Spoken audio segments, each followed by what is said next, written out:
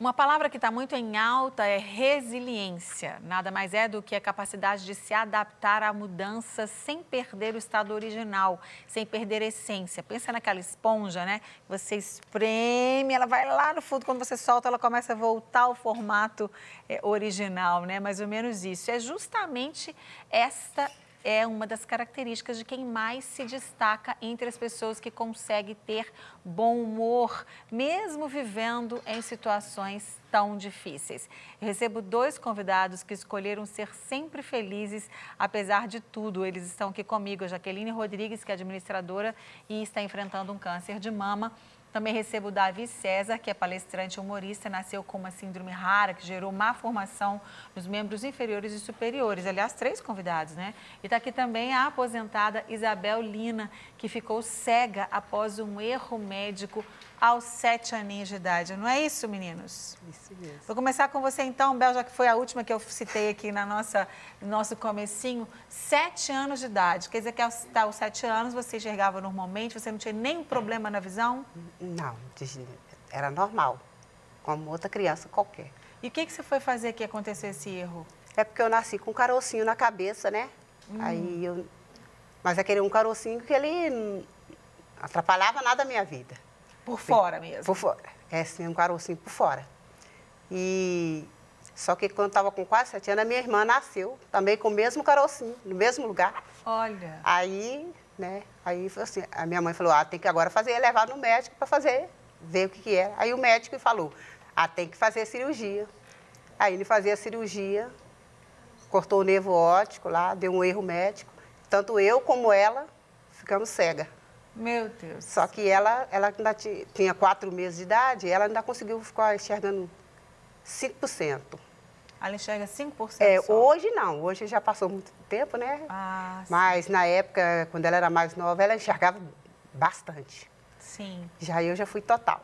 Você foi total? Já fui total. Mas você pelo menos tem o seu cérebro, a memória de tudo que você viu até 7 anos de idade, né? Então você consegue relacionar as coisas, né, que você percebe pela memória que você tem, consigo, né? Sim. Guardada aí. Isso. Olha só, Bel, eu encontro com a Bel todo domingo na igreja, né? E a Bel sempre alegre, sempre com esse sorriso.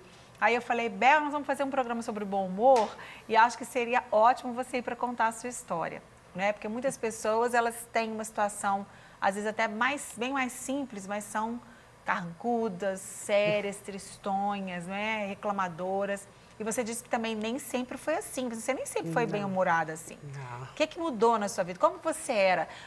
Quando você era criança, imagina, gente, uma criança de 7 anos, no auge da infância, para correr, para pular, para brincar, ir para a escola e se ver numa situação dessa. Não é fácil, uma situação muito difícil. Como é que foi? Como é que a sua família lidou com isso? Como é que a sua família tentou te ajudar a você enfrentar essa situação tão difícil? E realmente eu era uma criança assim, eu era uma criança que não parava quieta. Subia em árvores, descia, era uma loucura. Espoleta. Minha mãe não conseguia dar conta de mim. Quando isso aconteceu, então foi assim, um choque, né? Os pais não sabiam o que fazer. E a tendência, né, dos pais, principalmente hoje não, é mais tranquilo, mas naquela época, a tendência, as mães querem sempre proteger, né? E a minha mãe, né, tinha sempre muito medo. Só que na cabeça de uma criança perder a visão com 7 anos, eu não entendia, na minha cabeça eu não conseguia. Minha mãe falava, você está cega, você está cega. E eu não conseguia entender, eu queria correr, eu queria fazer as mesmas coisas que eu fazia. Continuar. Só que eu comecei a machucar muito. Eu cortava, batia o rosto e caía, porque eu não entendia. E minha mãe falava, você está cega, e você está cega. E eu, como assim? Eu não entendi isso. Aí minha mãe falava, jogava na cama, fica quieta, fica quieta, fica quieta. Aí até eu fui assim, adaptando, né? E fui acreditando realmente que eu estava cega e eu fui ficando quieta. Você foi se acostumando com essa fui situação. acostumando. E aí, de tanto ficar quieta, com os 12 anos, eu já estava toda atrofiada, não andava, praticamente quase não andava, assim, só rastejava mesmo. Eu pesava eu tinha 12 anos e eu passei a pesar 130 quilos. Meu Deus. De comer e ficar quieta ali, praticamente deitado o tempo todo. Você não ia mais na escola, então? Não, eu não cheguei a ir para a escola. E aí, e até ali, dos 7 aos 33 anos, foi assim a minha vida. Meu Deus. Então, nesses anos, passou por muita situação. Então, eu, sem expectativa de vida, sem nada. Então, a minha vida foi muito triste, muito deprimida, muito sofrimento. Nesse tempo, aos 7 até os 33 anos, muita coisa aconteceu. Só que... Peraí, agora eu pedi para você parar um pouquinho. Agora que eu fiz, para, esse programa, né? Parar um pouquinho, daqui a pouco você vai contar a parte melhor ainda da história, né? Vamos saber aqui da Jaqueline. Tudo bem, Jaqueline? Tudo bem. Tudo elegante com esse turbante. Muito obrigada, obrigada, viu, por ter vindo. Então, como é que foi receber essa notícia de que você estava com câncer de mama? Bom, eu sempre tive em mente que o diagnóstico de câncer era um diagnóstico de morte. E na igreja, né, assim, quando pediam oração por alguém que estava com câncer, eu já pedia para estar consolando a família. Até que eu me deparei, né, com esse diagnóstico e uma paz muito grande invadiu meu coração. Antes do diagnóstico, quando foi fazer a biópsia, né, do câncer de mama, eu me ajoelhei e orei e falei: Deus, eu não vou pedir para não ser câncer. Eu vou pedir para que o Senhor me dê condições de passar pelo tratamento, por tudo que eu tiver que viver, porque o seu nome é Emanuel, Deus conosco. Eu quero experimentar isso na minha vida. Então, quando eu recebi, eu já estava em paz. E procurando, assim, de Deus qual o propósito, né, que Ele tem nessa caminhada. E acalmei a minha família, procurei me inteirar do que era o câncer, não procurando no Google, né? Eu procurei em fontes confiáveis e fiquei tranquila e falei, eu vou enfrentar o que tiver que enfrentar. E algo que eu acho muito importante ter no coração, e você falou no início, que é gratidão. Então, nas pequenas coisas, ter gratidão. A primeira quimioterapia que eu fui fazer, eu vi um rapaz de 21 anos de idade ao meu lado, bem debilitado. E naquela hora eu agradeci a Deus, porque eu estava ali, não os meus filhos que têm essa idade. Então eu procuro sempre olhar com gratidão, né, aquilo que eu estou passando, os livramentos que Deus me dá. Amém. E fiz um propósito também, que o câncer poderia afligir o meu corpo, né? Eu não tenho como impedir que isso aconteça. O tratamento é pesado. Eu tenho muito tratamento ainda pela frente, até o fim do ano, mas que ele não afligiria a minha alma. Amém. Que a minha alma está segura, né, pela minha fé. Você escolheu, então, foi uma escolha sua não se deixar abater emocionalmente, porque é claro que vem os momentos difíceis e tudo, principalmente durante uma quimioterapia, são dúvidas, são questionamentos, mas são escolhas. E você escolheu, então, manter o seu coração em Deus e a sua alegria, não é, Jaque? E você descobriu isso quando? Foi em outubro do ano passado. Está muito recente ainda, né? Bom, e o tratamento, você diz que tem muito pela frente ainda? Sim, eu já fiz 2 cirurgias, fiz a quimioterapia vermelha, que é a mais pesada, onde o cabelo cai, né? Agora eu estou passando pela quimioterapia branca e depois radioterapia, então eu acredito que até o fim do ano eu ainda estou enfrentando o tratamento. Mas você enfrenta com bom humor? Com alegria. Tem hora que eu esqueço que eu não tenho cabelo, eu pego o pente e vou para frente do espelho. E aí eu dou risada. Ele não está aqui, né? Verdade. Que bom você tem esse charme dos turbantes, né? E você tem outras opções e importante, claro que o cabelo é muito importante para a mulher, a gente sabe disso. Para os homens também, né? Mas para as mulheres ainda é mais importante. E que você escolheu viver esse momento tão difícil. Muitas vezes você está dando lição para a sua família e para as pessoas que estão ao seu redor, né? Amém, isso mesmo. Amém. Bom, agora é o Davi. Escreve David, mas é Davi, né? Demudo. Demudo, David. Tudo bem, Davi? Tudo bem. Bem-vindo. Boa tarde, Márcia. Obrigada por ter vindo, Davi. Muito obrigado. Então, você nasceu com uma síndrome rara. Qual é o nome dela? É uma síndrome rara e, por ser rara, a gente não encontra muita explicação também. O nome é um nome muito difícil, chama Síndrome de Hanhart. Então, Não se apeguem ao nome, não. Quando a minha mãe descobriu a gravidez, no 8º mês de gestação, 7º mês, foi muito ainda, já próximo do meu nascimento. Claro que bateu aquela insegurança, mas o médico disse a ela, olha, você vai receber uma criança e é uma síndrome raríssima. Essa síndrome, na época, foram catalogadas 7 pessoas no mundo. Minha mãe me contou isso com 15 anos de idade. Imagina, uma criança, pré-adolescência, conflito de corpo, de existência. Tudo. Quando a minha mãe me contou isso, eu brinquei. E bate uma sensação. Eu não sou super-herói, né, gente? Então a gente vai aprendendo a criar as nossas defesas, as nossas seguranças com o tempo. Então, com 15 anos, eu olhei para o céu e falei, ó Deus, muito obrigado pela sorte que tu me deste. Mas, por que eu? A gente tem sempre essa pergunta, por que eu? Minha mãe inteligente que ela é, e linda que ela é, a minha mãe me respondeu uma coisa que não sai da minha cabeça mais. Que foi, em vez de você perguntar por que você não pergunta por que não você? Por que você vai dar isso para outro? Essa é a missão que Deus te deu, que Deus te deu. Esse é seu propósito. E sua mãe te teve muito novinha, né? Com 17 anos. Isso. Quer dizer, ela já teve uma maturidade impressionante para enfrentar essa situação tão difícil, com um bebê assim na situação e tudo. E sozinha, né? Sozinha, né? Sozinha, quer dizer, como que sua mãe chama? Juliana. Juliana, um beijo para você, Juliana. Parabéns, viu, querida? Bom, e aí você então entendeu e recebeu aquilo que sua mãe disse, por que não eu? Né? Já que vai acontecer com alguém, a gente sempre pensa isso, por que eu, mas realmente é uma pergunta difícil de se fazer, mas por que não eu?